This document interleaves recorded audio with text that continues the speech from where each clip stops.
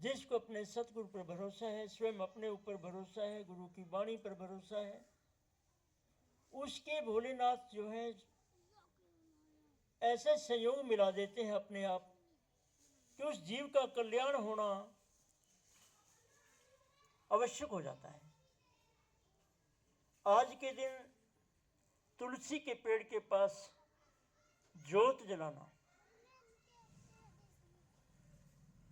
से पितृदोष की समाप्ति हो जाती है। तो हमने तो ये कुछ भी नहीं सोचा, लेकिन भगवान ने देखो कैसा संयोग बनाया कि तुलसी का पेड़ भी साथ में है। हमने सोच के नहीं लगाया। दरबार भी पास में है और ज्योति भी पास में ही है। लोग पंडितों से पूछते हैं, ज्योतिषियों से पूछने जाते हैं कि हमें कौन सा मुहूर्त ठीक है, किस दिन क्या काम करना है, लेकिन मेरा बाबा मेरे से खुद ही करवा देता है। वो खुद ही उस तरफ चला देता है जिस तरफ जो उसने करवाना है, जो मेरे लिए शुभ है, उस और वो मेरा भोलेनाथ, मेरा सतगुरु मुझे उंगली पकड़ कर ले जाता है उस ठिकाने पे। मुझे नहीं, मैं कोई ज्ञानवान नहीं हूँ, ना ही कोई ज्योतिषी ब्राह्मण पंडित विद्वान नहीं हूँ। मैं वेद शास्त्रों का ज्ञाता भी नहीं हूँ, पुराणों का ज्ञाता नहीं हूँ, क्योंकि मैंने ना वेद पढ़े, ना शास्त्र पढ़े, ना पुराण पढ़े, ना ग्रंथ पढ़े, कुछ भी नहीं पढ़ा। बस भोलेनाथ की कृपा है, गुरु की मेहरबानी है, उसकी कृपा है कि वह स्वयं उंगली पकड़कर चला लेता है। जो करवाना होता वो करवा लेता है, मेरे ना चाहते हुए भी करवा लेता है। मुझे बाद में पता लगा कि आज का दिन तो बहुत शुभ दिन है। आज का जो दिन है ये तो बहुत ही शुभ दिन है। संयोग से परमात्मा ने मेल मिलाया। देखो, बहुत बार सोचा कि ठंड का वक्त है, बहुत सर्दी पड़ती है, भक्त दूर दूर से भी आएंगे, कैसे पहुंचेंगे, आके कैसे उन भक्तों की व्यवस्था होगी यहाँ पर, ये सोचते हुए,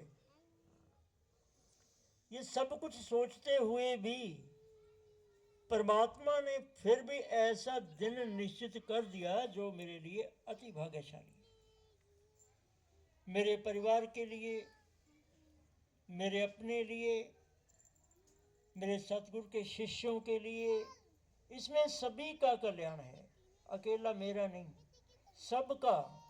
क्योंकि तुलसी के पेड़ के पास बैठकर भजन कीर्तन करना, गुरबाणी को सुनना, उसके पास ज्योति जलाना, ये आज बहुत ही सौभाग्यवान जीवों को प्राप्त होगा, जो कि मेरे मालिक ने हमें सहजता से ही ये मौका दिया और सहजता से ही ये सब कुछ करवा रहे हैं, जो बहुत सोच समझकर लोग करना चाहते हैं फिर भी नहीं हो पाता। इस शुभ दिन पर आप सब संगतों के चरण मेरे इस कुटिया में पड़े, इससे बड़ा सौभाग्य क्या हो सकता है कि आज शुभ दिन है और मुझे सतगुरु की प्यारी संगत के चरण मेरे इस कुटिया में पड़े हैं। क्योंकि संगत के अंदर भगवान होता है।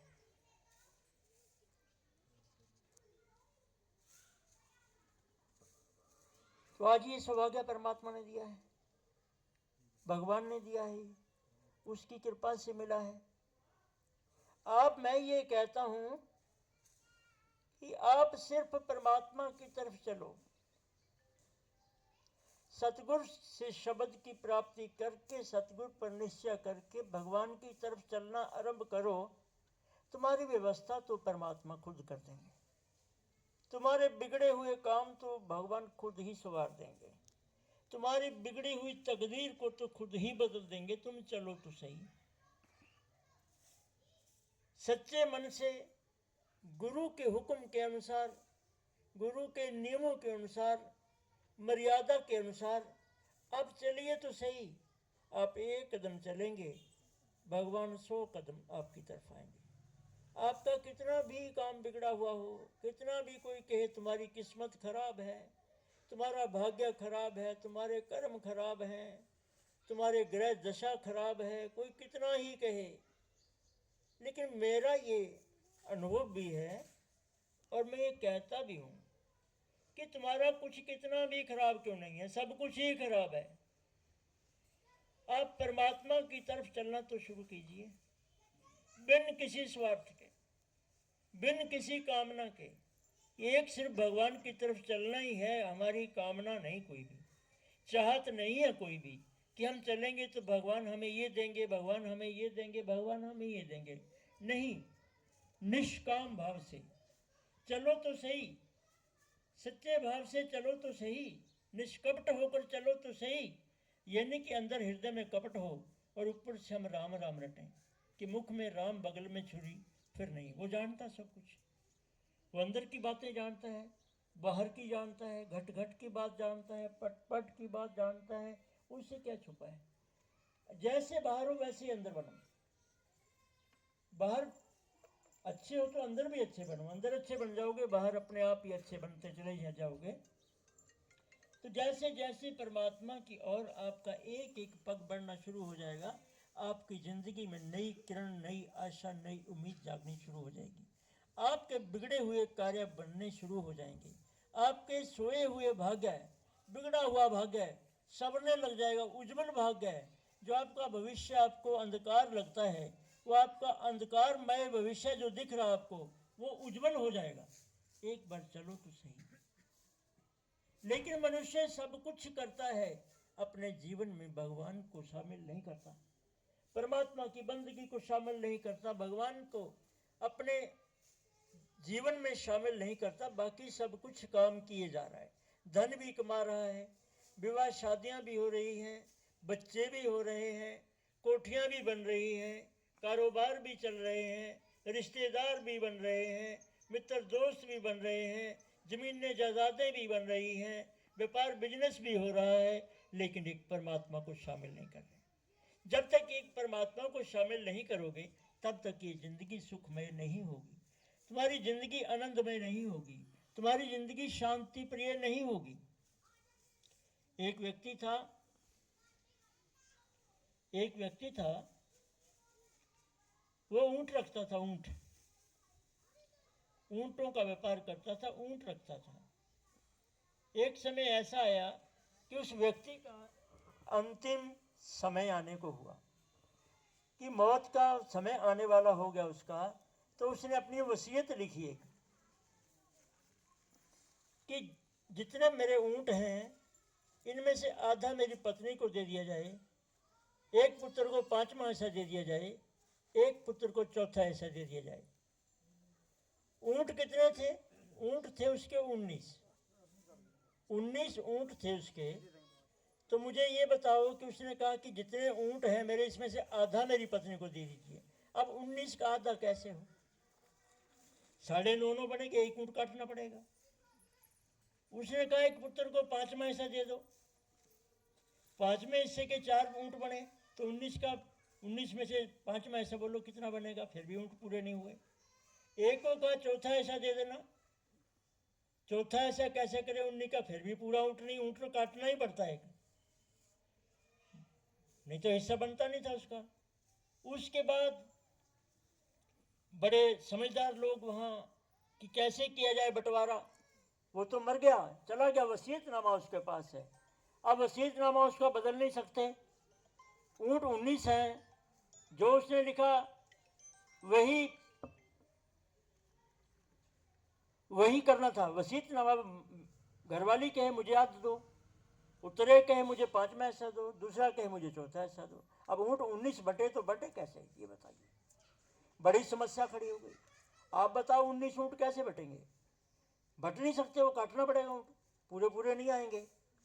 बहुत कोशिश की, इतने में एक सूझवान व्यक्ति आया, बोला मैं आपका ये निपटारा कर दूंगा।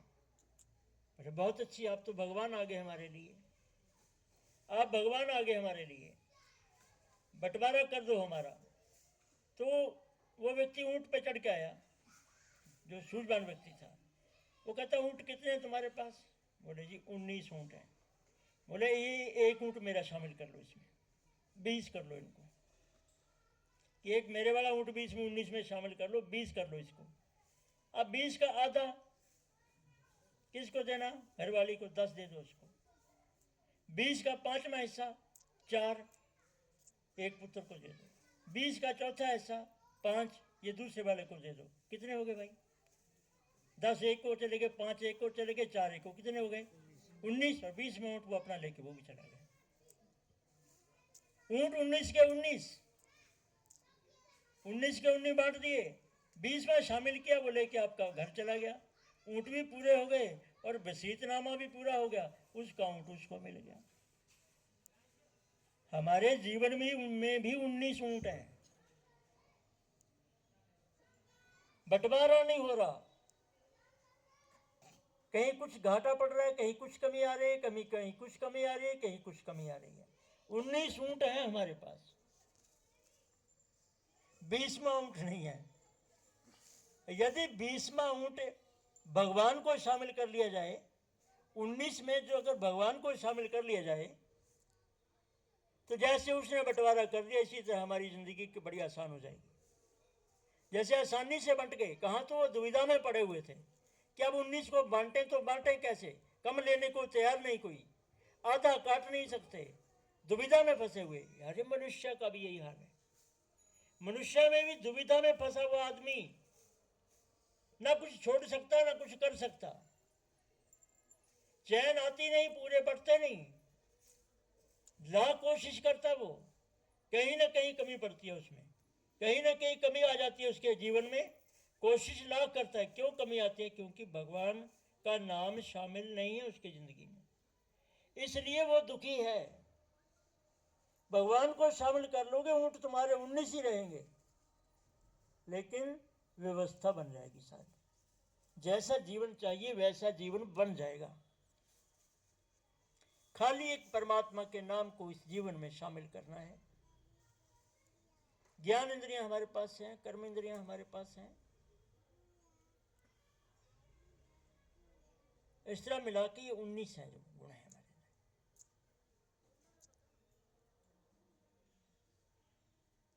20वां यदि परमात्मा का नाम कोई अपने जीवन में शामिल कर ले तो उसका जीवन सुखमय बन जाएगा। ये आप देख लो, इतिहास देख लो, ग्रंथों को पढ़ लो, संतों का जीवन ले लो, भक्तों का जीवन ले लो, कि कितना जीवन सुखपूर्वक बिताया उन लोगों ने, कितना शांति से वो लोग रहे। जितने भी भक्त, जिसने भी परमात्मा के नाम को शामिल किया अपने जीवन में, बाकी सब कुछ हमारे पास है, एक परमात्मा का नाम ही तो नहीं ना है।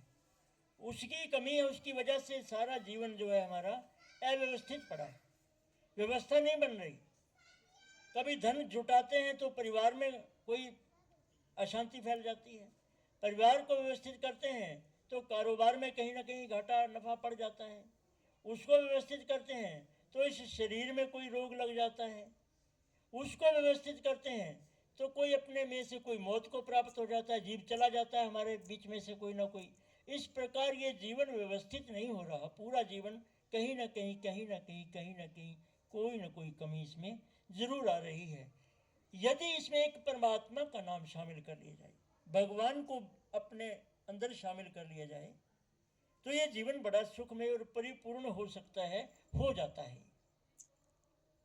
बस मनुष्य को मन की वृत्तियों को एकाग्र करके परमात्मा की तरफ लगाना है और उसकी रजा में राजी रहना है। जो वो दे रहा है उसी में संतुष्ट रहना है। तड़फने से कुछ होने का नहीं, होगा तो वही जो उसे मंजूर होगा। हमारे तड़फने से कुछ नहीं होता। मनुष्य कितना भी तड़पता रहे, कितने भी कोशिश कर ले, सब दुनिया चाहती है हम अमीर हो जाएं, बहुत धनवान बन जाएं, लेकिन बनते तो नहीं, सभी नहीं बनते ना, वही बनता है जिसको वो बनाए। हर व्यक्ति स्वस्थ रहना चाहता है, सुखी रहना चाहता है, लेकिन सब सुखी तो नहीं, कोई ना कोई दुख सबको लगा हुआ है। सुखी वही होता है जिसको वो सुखी रखना चाहे, जिसके ऊपर उसके दया दृष्टि हो जाए, वही सुखी रह सकता है।